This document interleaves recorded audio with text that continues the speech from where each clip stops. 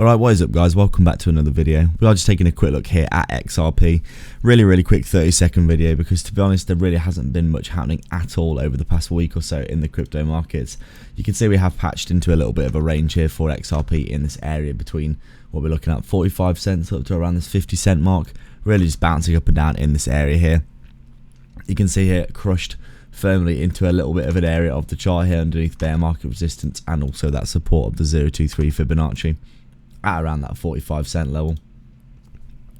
I think realistically XRP, if it doesn't get a breakout soon, it's probably going to start going back down into this area down here towards in between 40 and 35 cents, back down in that previous range area. If you look at the charts here, you can see there is an area here between down here around 30 cents and that 0.23 Fibonacci at around 45 cents.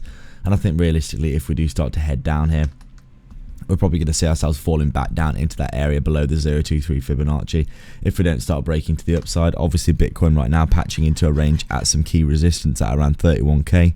If we do see that closing above, we could start to see XRP breaking out of this bear market resistance and heading up like this.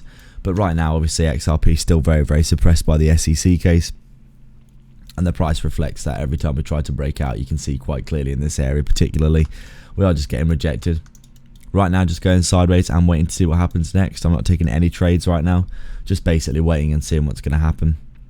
And I do think that eventually we are going to see a nice move for XRP over the next few years, heading to the upside, well into the dollars, maybe even into the tens of dollars depending on what we see.